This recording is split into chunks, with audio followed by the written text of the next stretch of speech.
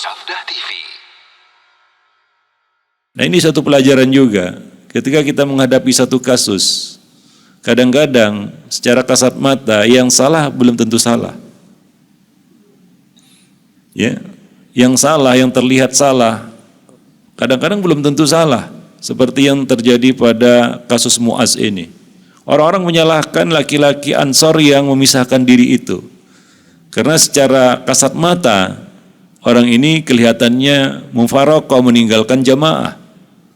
Ya, kita tahu bahwasanya dahulu tidak ada yang memisahkan diri dari jamaah, dari sholat berjamaah, melainkan seorang munafik yang diketahui kemunafikannya. Nah, ada indikasi berat bahwa orang ini mungkin termasuk salah satunya. Dia meninggalkan jamaah.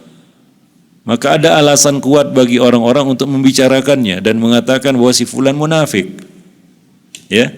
Tapi setelah kasusnya ataupun masalahnya diangkat kepada Nabi dan Nabi melihat sebab musabab, asal usul terjadinya peristiwa itu, ternyata Nabi tidak menyalahkan sahabat Ansor itu. Yang Nabi salahkan justru siapa? Muaz bin Jabal. Maka di dalam menghadapi satu kasus, masalah, kadang-kadang tidak selalu orang yang terlihat sepertinya pasti salah, itu betul-betul salah. Ya, sebelum kita tahu sebab musabab, maka jangan terburu-buru misalnya menjatuhkan vonis. Jangan terburu-buru menghakimi, mengejas sesuatu sebelum kita tahu latar belakang, asal usul, sebab musabab terjadinya peristiwa ataupun kasus tersebut.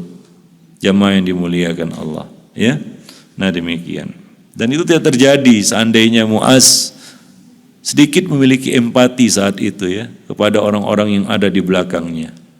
Tapi itu pelajaran bagi Muaz bin Jabal. Ya, setelah itu ia tidak pernah lagi memperpanjang dan mempersulit manusia di dalam sholat. Jamaah yang dimuliakan Allah, ya.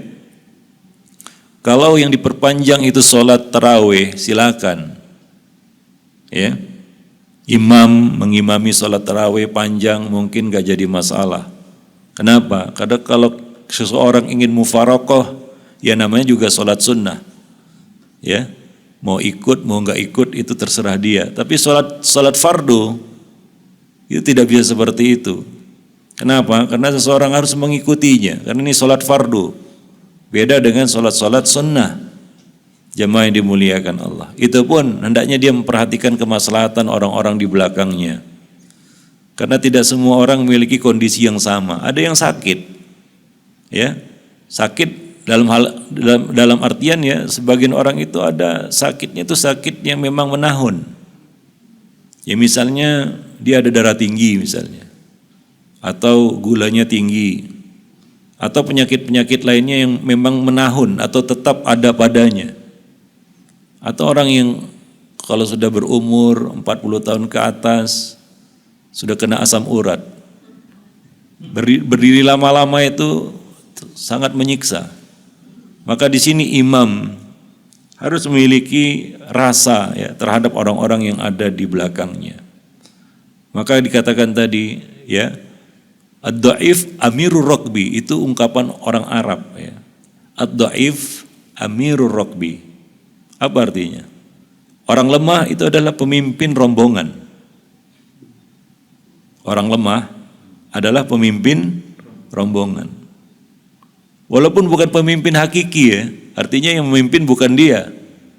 Ada pemimpinnya, ada amir safar misalnya, ada imam sholat.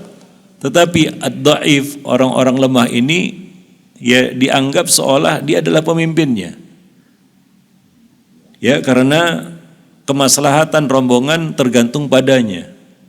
Kita misalnya berjalan bersafar, ya, seseorang kita angkat sebagai amir. Maka amir ini harus memperhatikan orang yang paling lemah di antara mereka. Ya, kemaslahatannya. Kenapa? Karena yang kuat bisa mengikuti yang lemah. Tapi yang lemah belum tentu bisa mengikuti yang kuat. Maka kalau yang kuat jadi ukuran, maka yang lemah ini pasti keteteran. dia tidak akan mampu mengikuti rombongan jemaah yang dimuliakan Allah. Ya, nah itu salah satu bentuk empati yang harus kita miliki ya. Karena salah satu akhlak mulia yang harus kita miliki adalah kita harus bisa merasakan apa yang dirasakan oleh orang lain.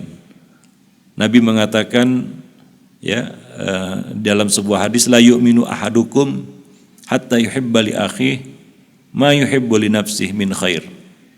Tidak akan sempurna iman seseorang hingga dia menyintai untuk saudaranya apa yang dia cintai untuk dirinya dari kebaikan-kebaikan.